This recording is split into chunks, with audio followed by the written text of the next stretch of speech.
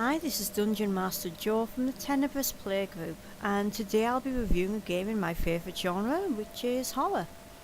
DEADLOOP is a currently unreleased third-person horror game. It's up on Kickstarter and is brought to us by Dark Desire Studio.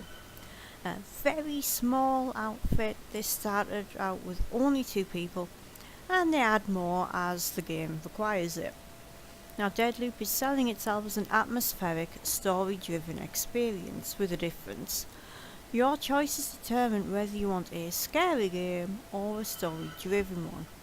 But each path you're playing the same character, same backstory, and gaining more or less of the same amount of information, just with varying levels of ambiguity.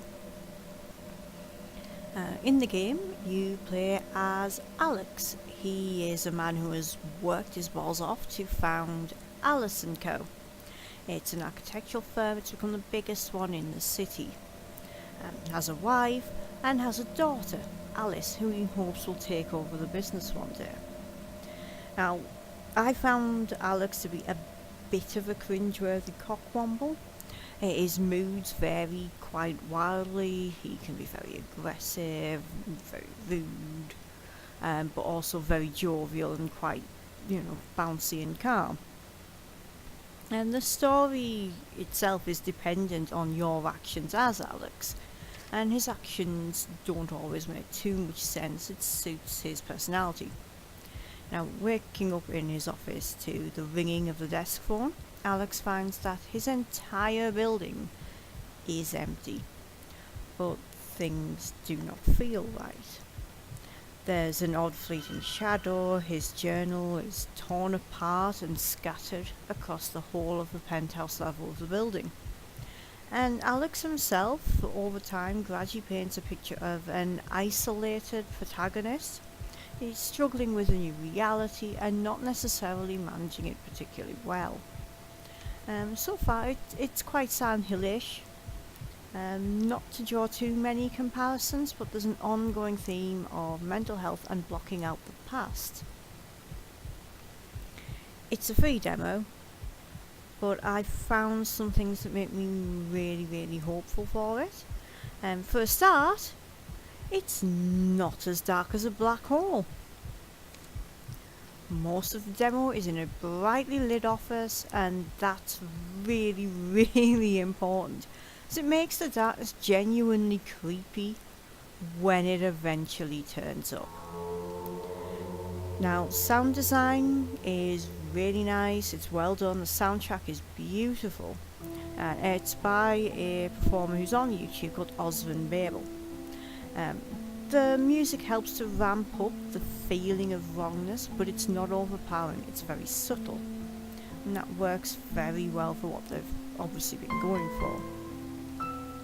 Now, the voice acting is great, although on one of the playthroughs I found the weirdest bit on a phone where that's camp to the point of painful. It was still amusing and it still worked. And the sound effects are limited. My favourite one is Alex's feet. And when he walks, you get different sounds for different materials, but it's not just like a tap, tap, tap, tap. People shift their weight as they walk, so each footstep sounds slightly off or slightly different.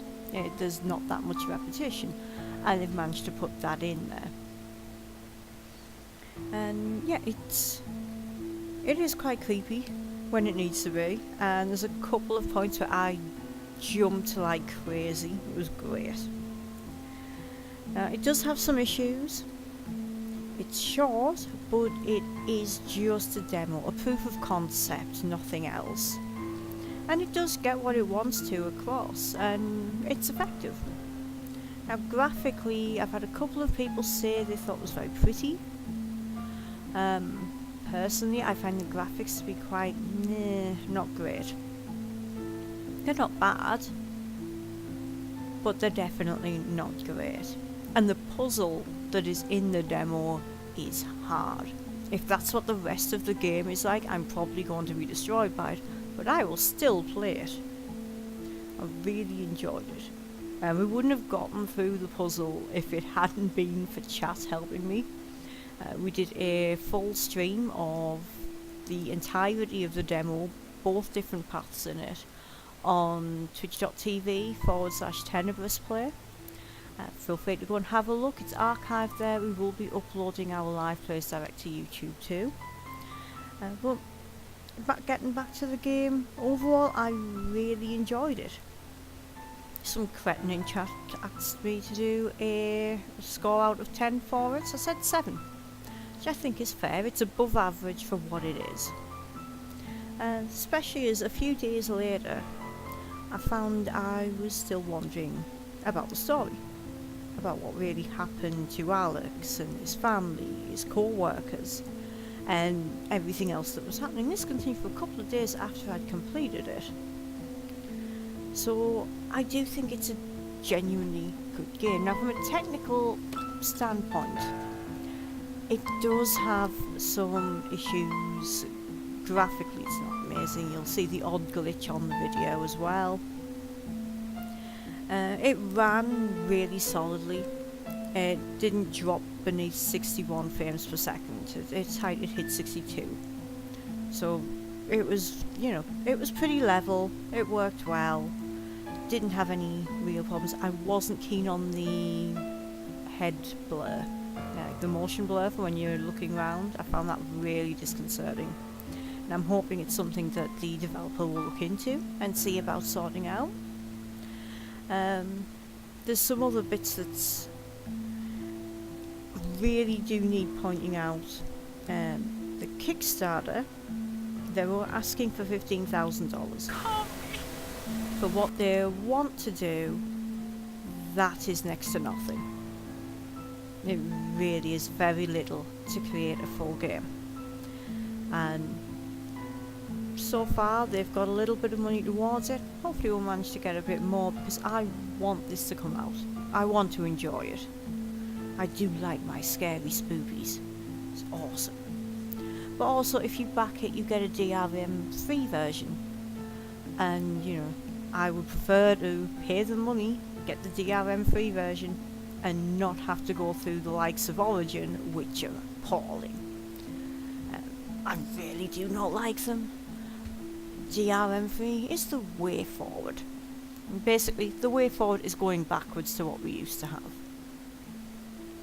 Now, there's not much else I can really say about it that won't ruin it.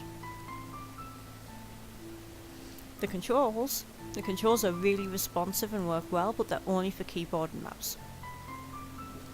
And I did find that whilst the in-game font was easy to read, the out-of-game one, the one for the options menus, that was painful. That was terrible to look at. And changing that would be great, especially considering how many options there are. It does a wide range of resolutions. Different graphical settings are there too. I played it on just the standard, just to see what it was like. Ran brilliantly. I'll probably end up playing through this one again, on different settings. I did really enjoy it. I know that I've said that lots, but yes, it was fun. I nearly wet myself several times. That's always good. But I would like to give a heads up to the developer, Dark Desire Studios. Thumbs up, 2 thumbs up, definitely. We contacted them to ask if we could cover, the demo, which every time we do a video we do contact the creator. It just feels fair. If they have any complaints they can let us know. We may well ignore them, but we will at least try to address them if they're legitimate complaints. Dark Desire Studios came back to us, they gave us feedback, they explained what they're going for, and they do that with anyone who contacts them. It's not just us. You drop a comment on the Kickstarter page, just search for DEADLOOP, drop them a message, and they're very good. Generally get back to people within about 24 hours. Which is nice, as we're still waiting on a response from Agony, and it's been a week. But yeah, I will now leave you with some of the remaining bits of the game and enjoy. That. Honestly. Oh, this is gonna go badly. Shall I try to open the cupboard, guys? Yeah, no shit, Joe Panics.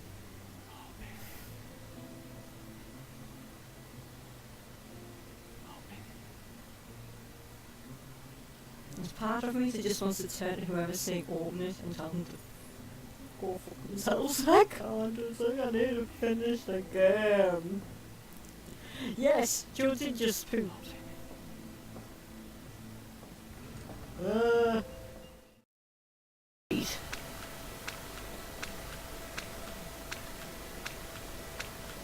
to here. Whoa! What the?